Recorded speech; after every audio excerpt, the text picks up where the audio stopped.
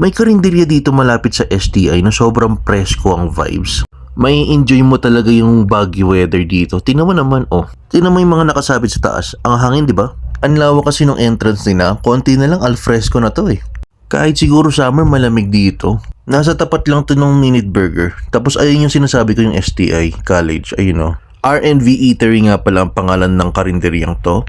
Meron din silang sari-sari store dito sa loob para sa merienda mo. Marami ka rin choices ng kape at mo yung mga nakasabit. Marami rin naman silang choices sa ulam dito oh.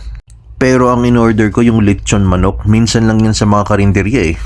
Tingnan natin to. Oh, sabaw. Bagay na bagay sa tag-ulan. Ayan na nga yung in-order ko yung lechon manok. Or inihaw ba yan? Paubos na siya. Malamang masarap eh. Meron din silang fruits oh. Kompleto. At ito na nga ang budget meal nila. Hello manok, lagi kang masarap.